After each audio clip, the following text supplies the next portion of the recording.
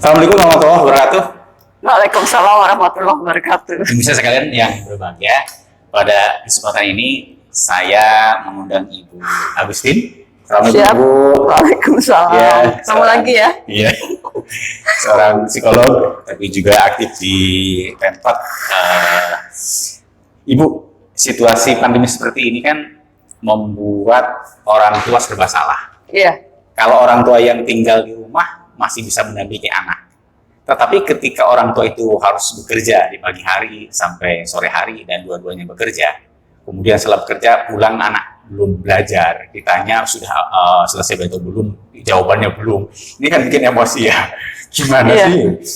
Tapi sisi lain juga anak kan jenuh ya di rumah sendirian, atau mungkin ada kakaknya juga sibuk gitu. Bu, gimana Bu supaya orang tua ini bisa menurunkan tensi emosinya ini?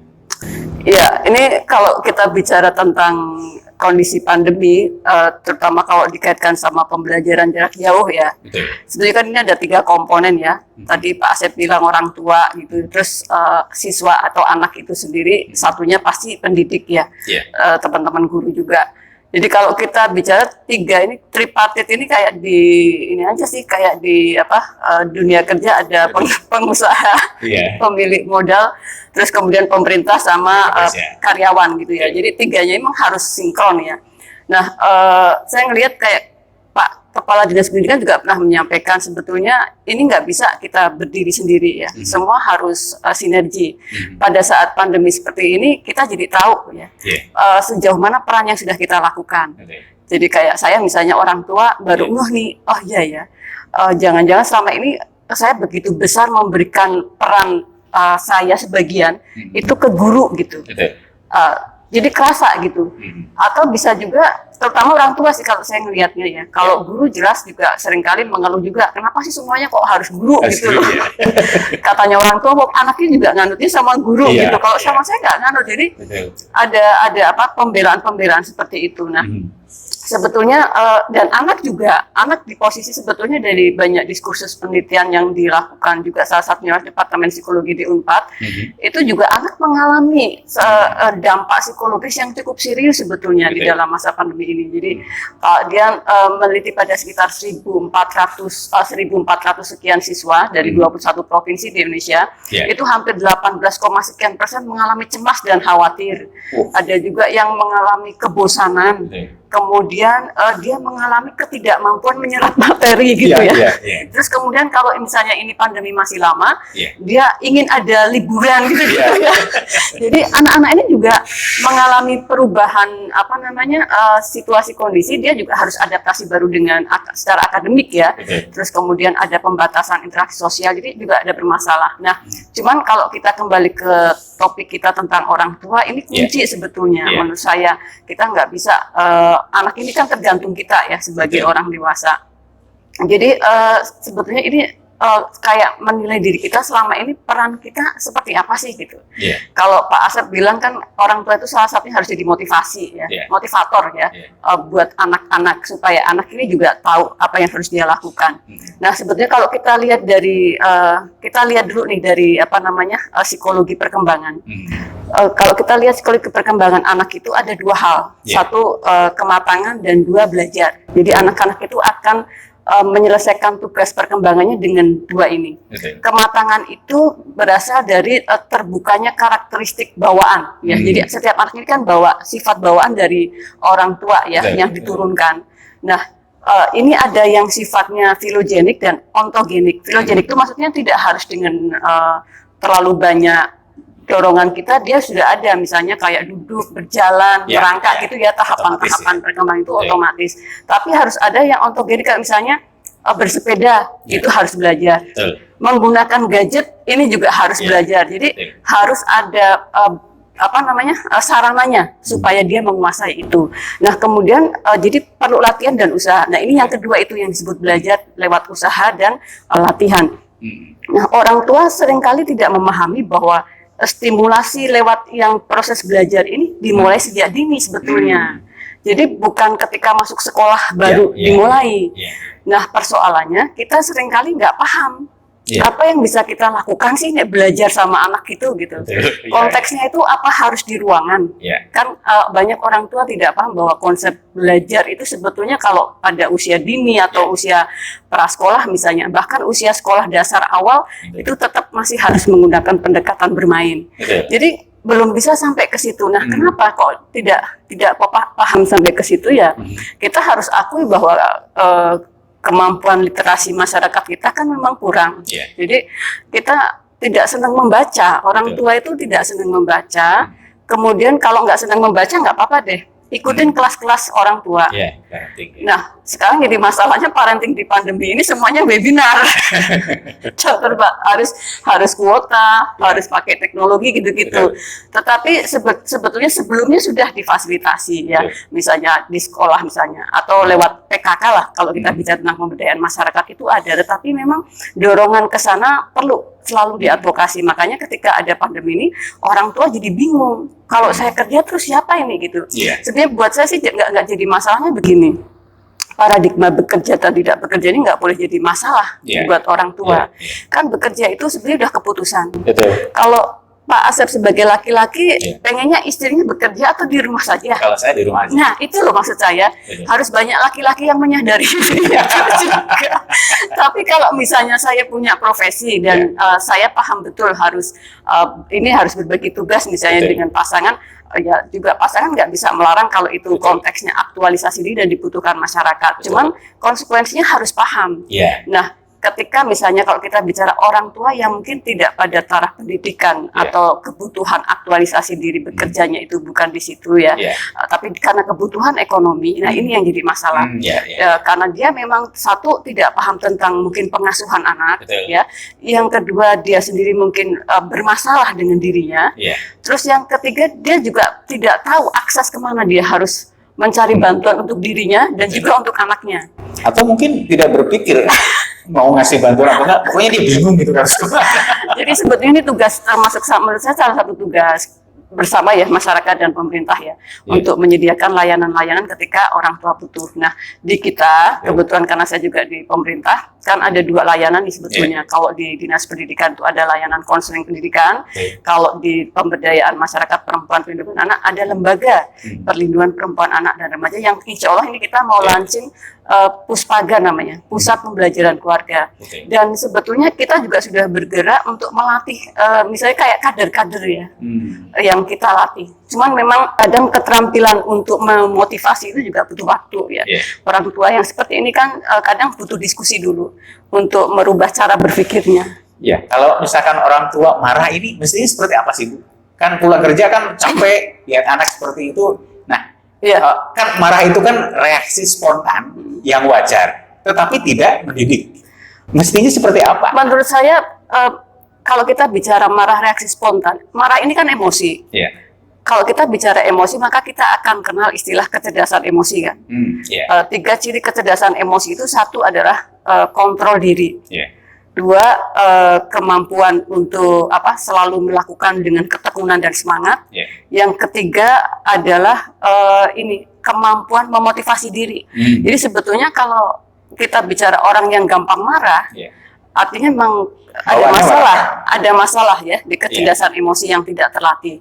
Yang seharusnya tidak bisa. Jadi pada anak-anak itu konsep marah itu jauh dari cara dia untuk menyerap pembelajaran sebetulnya. Jadi kalau kita berpikir dengan marah terus anak jadi mau ngikutin kita, itu keliru sebetulnya. Jadi konsep orang tua yang baik versi anak itu adalah yang tidak suka marah-marah.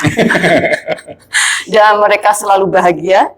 Tidak pernah terlihat berat walaupun bekerja. Jadi anak-anak tuh nggak mau lihat kalau misalnya kamu paham dong, ini kan ibu udah kerja capek. Minta dimengerti. Nggak bisa.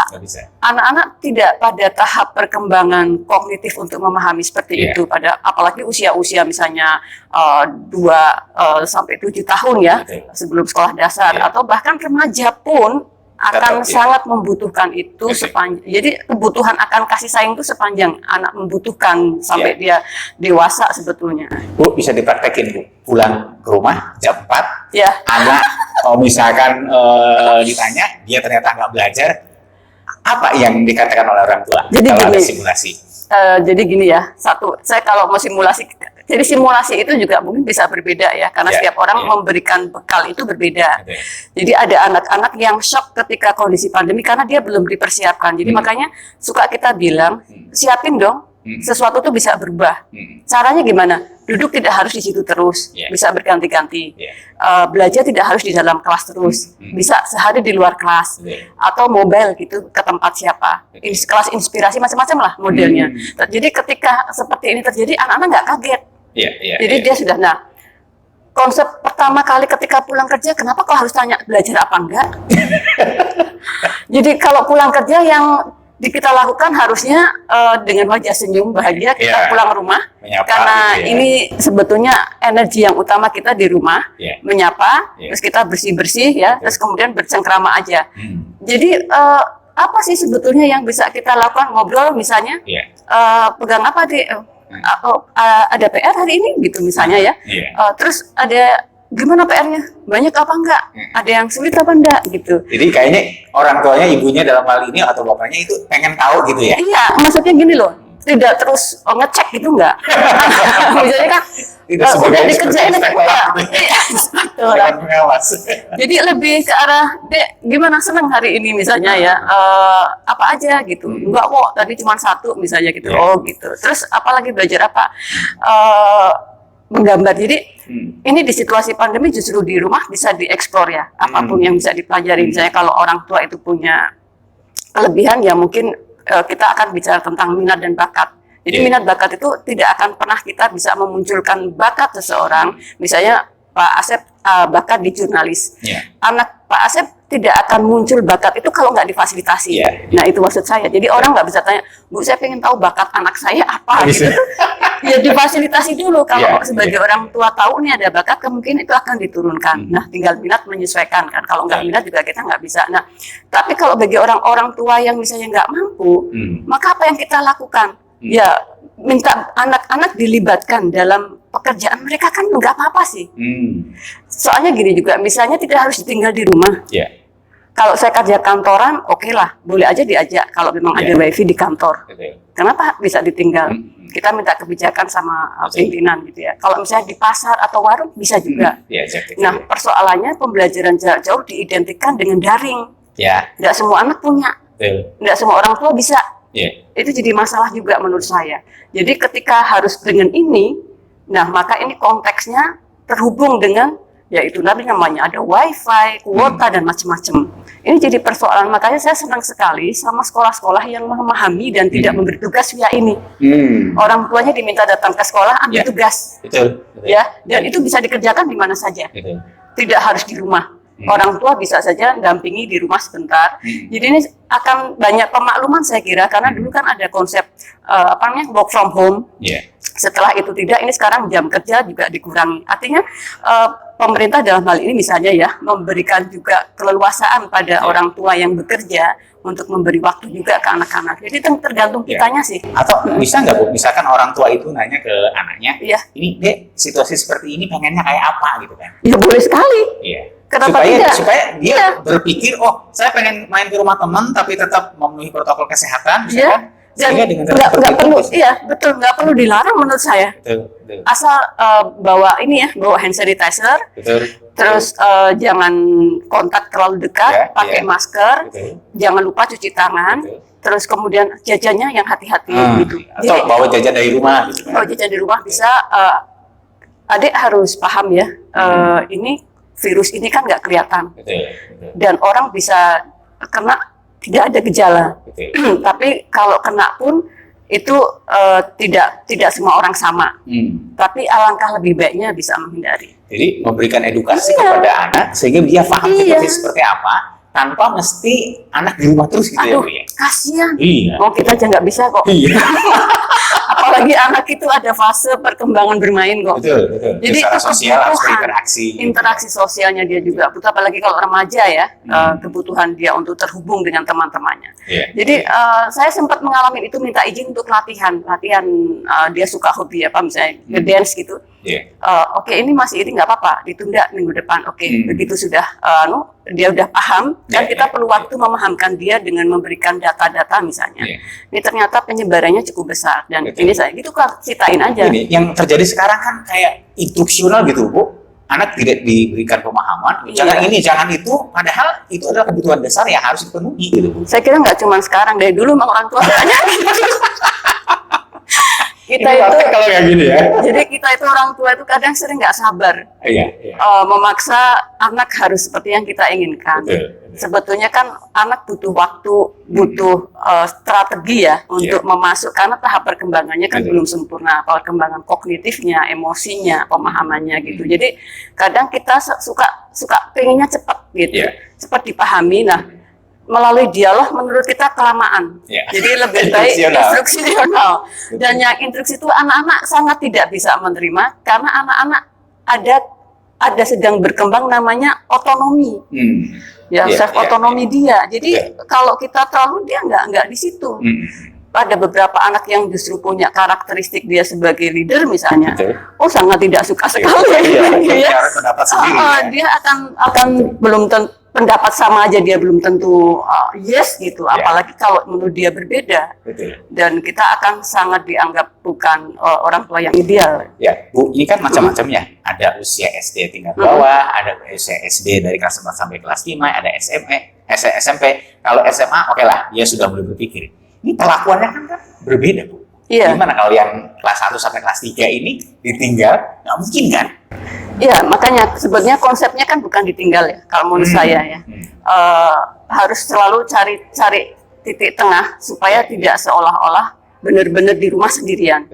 Ketika masalahnya di rumah sendirian, tidak ada asisten rumah tangga misalnya, atau orang yang kita percaya, sementara kita kasih fasilitas ini agak riskan sebetulnya. Nah, terus gimana? Nah, sekarang kita harus tahu kita bekerja di mana. Memungkinkan nggak sih dia kita bawa? Memungkinkan nggak sih kita tengok sekian jam sekali? Nah, orang tua sering membatasi dirinya sendiri untuk berkreativitas dalam mengatur waktu. Jadi menurut saya kita itu jangan suka banyak alasan sih untuk sebetulnya bisa. Kayaknya seolah damping itu berarti harus di rumah, anak ditinggal, dan itu yang sering terjadi. Menurut saya sangat tidak bertanggung jawab. Jangan kayak gitu ya. Kalau misalnya ada dia di rumah teman, ada ibunya yang nggak bekerja. Kenapa nggak kita titipin untuk belajar bersama?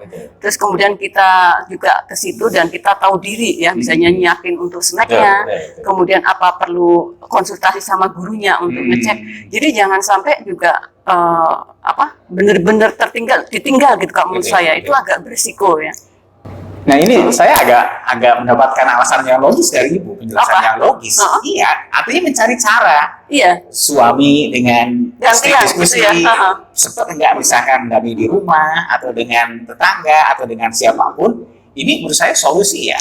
Selama ini kan tinggal aja gitu kan. Ini gitu kan, ya. Iya.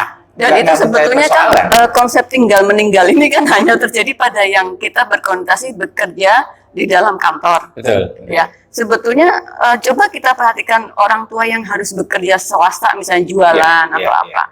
Kadang mereka lebih kreatif loh. Anak-anaknya diajak. Nah, memang mengajak anak untuk jualan nggak apa-apa. Ya nggak apa-apa. Sebatas kita tahu di situ kita juga bisa dampingi. Ini kan masalahnya bisa saja berbeda ya, karena mereka nggak punya ini. Kalau misalnya sudah nggak punya ini dan sebagainya, ini menjadi tugas sekolah lah bersama-sama. Saya sedang ada satu sekolah kemarin yang pas evaluasi sekolah ramah anak, dia menyediakan komputer di sekolah, disiapin. Jadi anak-anak yang nggak punya, mereka datang ke sekolah. Jadi mereka tetap berangkat. Sebetulnya nggak masalah. Nggak masalah. Di sekolahnya juga tidak. Artinya di sekolah ada pembatasan jarak, dia menggunakan fasilitas sekolah dengan beberapa anak yang saling terpisah, tapi mereka tetap terhubung dengan pembelajaran. Jadi menurut saya itu juga cara pendidik mencari solusi yang kreatif ya untuk membantu orang tua. Jadi orang tua juga harusnya belajar kreatif juga mencari solusi. Ini solusinya memang harus cari cara bagaimana dan berdiskusikan dengan semua pihak sehingga ini menjadi persoalan bersama yang harus diselesaikan.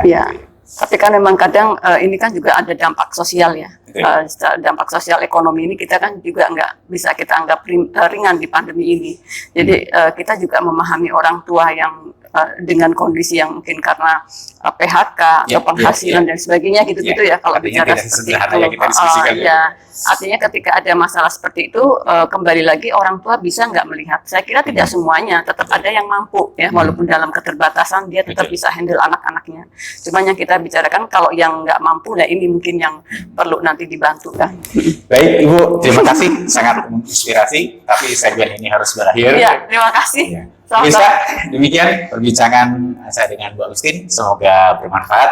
Terima kasih. Assalamualaikum warahmatullahi wabarakatuh.